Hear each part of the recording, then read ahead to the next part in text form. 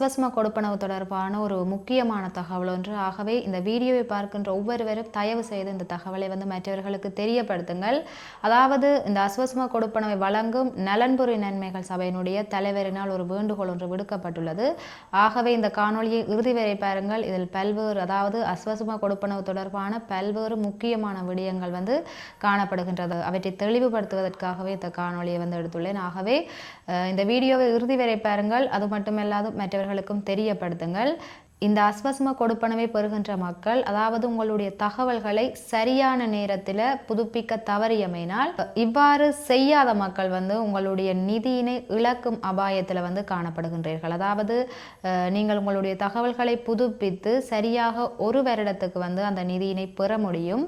இருப்பினும் மீண்டும் அடுத்த வருடம் உங்களுடைய தகவல்களானது மீள புதுப்பிக்கும் நடவடிக்கைகள் ஆரம்பமாகும். இருப்பினும் அவ்வாறு நீங்கள் செய்ய தவறும் பட்சத்தில் உங்களுடைய கொடுப்பனவானது நிறுத்தப்படும் அபாயத்தில் காணப்படும். இந்த மீளாய்வு நடவடிக்கையானது கடந்த 2025ஆம் ஆண்டு நவம்பர் மாதம் 20ஆம் திகதியானது ஆரம்பமானது.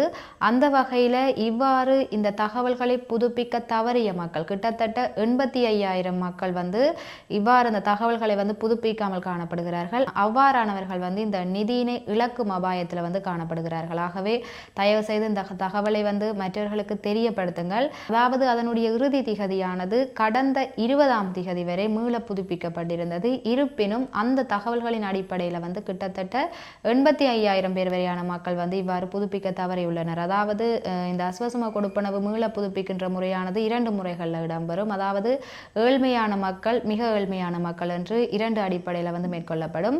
அந்த வகையில் ஏழ்மையான மக்களில் 56,000க்கும் மேற்பட்ட மக்களும், மிக ஏழ்மையான மக்களில் 25,000க்கும் மேற்பட்ட மக்களும் இந்த தகவல்களை புதுப்பிப்பதற்கு தவறி இருக்கிறார்கள்.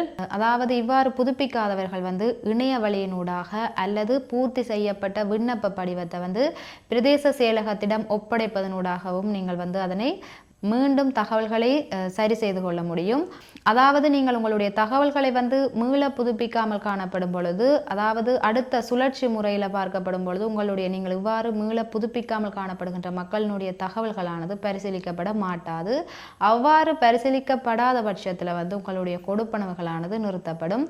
ஆகவே இது தொடர்பாக மக்கள் ஒவ்வொருவரும் அவதானமாக இருங்கள். அதாவது ஒவ்வொரு வருடமும் உங்களுடைய இந்த அஸ்வஸ்ம கொடுப்பனவு தொடர்பான தகவல்களை மீள புதுப்பிப்பது என்பது கட்டாயமான ஒரு நடைமுறையாகும். அவ்வாறு நீங்கள் மீள புதுப்பிக்காமல் காணப்படும் பொழுது உங்களுக்கு இந்த கொடுப்பனவுகளில் அதாவது இந்த கொடுப்பனவு உங்களுக்கு வழங்குவதில் பல்வேறு சிக்கல்கள் காணப்படும். அது மட்டுமல்லாது இந்த அஸ்வஸ்ம கொடுப்பனவு தொடர்பாக 16,800 பேர் வரையான மக்கள் இதுவரையில் அதாவது நீங்கள் அஸ்வஸ்ம கொடுப்பனவுக்கு தகுதியாகியும் வங்கி கணக்குகளை திறக்காமல் காணப்படுகிறீர்கள். அவ்வாறானவர்களுக்கு இந்த கொடுப்பனவானது வழங்கப்படாது. அதாவது நான் நினைக்கின்றேன் தங்களுக்கு அஸ்வஸ்ம கொடுப்பனவு கிடைத்ததனை தெரியாத மக்களாக காணப்படுகிறார்கள். உங்களுக்கு அஸ்வஸ்ம கொடுப்பனவு கிடைக்க பெற்றது தெரியாத மக்கள் இவ்வாறு வங்கி கணக்குகளையும் திறக்காமல் காணப்படுகிறார்கள். அதாவது அவ்வாறு வங்கி கணக்குகளை திறக்காத மக்களுக்கு உங்களுடைய தொலைபேசி இலக்கத்துக்கு ஒரு குறுஞ்செய்தியும் அது மட்டுமல்லாத உங்களுடைய வீடுகளுக்கு ஒரு கடிதமும் அனுப்பி வைக்கப்பட்டுள்ளது. ஆகவே இது குறித்தும் ஒவ்வொருவரும் அவதானமாக இருங்கள். அதாவது இந்த அஸ்வஸ்ம கொடுப்பனவு தொடர்பாக நான் காணொளிகளை பதிவேற்றும் போது பல்வேறு மக்கள் தங்களுடைய அதாவது தங்களுடைய கஷ்டங்களை தெரிவித்திருக்கிறார்கள். எனக்கு 2 பிள்ளைகள், எனக்கு 3 பிள்ளைகள், எனக்கு சரியான கஷ்டம், எனக்கு அஸ்வஸ்ம கொடுப்பனவானது கிடைக்கவில்லை என்று பல்வேறு மக்கள் உங்களுடைய கருத்துக்களை தெரிவித்திருந்தீர்கள். ஆகவே அதனை பார்க்கும் பொழுது மனது மிகவும் வேதனையாக இருந்தது. அதாவது இந்த வீடியோவில் தெரிவித்த 2 சந்தர்ப்பங்கள், ஒன்று வங்கி கணக்குகளை திறக்காத மக்கள், அது மட்டுமல்லாது உங்களுடைய தகவல்களை மீள புதுப்பிக்காத மக்கள். இவ்வாறான வகைக்குள்ளும் அதாவது எனக்கு கமெண்ட்ஸுகளை தெரிவித்த மக்களும் காணப்படுவீர்கள். அதாவது நீங்கள் ஒவ்வொருவரும் உங்களுடைய இந்த அஸ்வஸ்ம கொடுப்பனவு தொடர்பான தகவல்களை சரிபார்த்து கொள்ளுங்கள். அது மட்டுமல்லாது உரிய அதிகாரிகளிடம் சென்று உறுதிப்படுத்திக் கொள்ளுங்கள். உங்களுக்கு அஸ்வஸ்ம கொடுப்பனவு காணப்படுகின்றதா அல்லது நீங்கள் வங்கி கணக்குகளை திறந்திருக்கிறீர்களா என்பது தொடர்பாகவும் உறுதிப்படுத்திக் கொள்ளுங்கள். அதாவது மேலும் மேலும் இந்த அஸ்வஸ்ம கொடுப்பனவு தொடர்பான தகவல்களை திரட்டி கொண்டுதான் இருக்கிறார்கள். இவ்வாறு கஷ்டப்பட்ட மக்களுக்கும் இனிவரும் காலங்களிலும் இந்த அஸ்வஸ்ம கொடுப்பனவானது கிடைப்பதற்கான வாய்ப்புகள் அதிகமாக காணப்படுகின்றது. நன்றி சொந்தங்களே, மீண்டும் ஒரு காணொளியில் இணைந்து கொள்வோம்.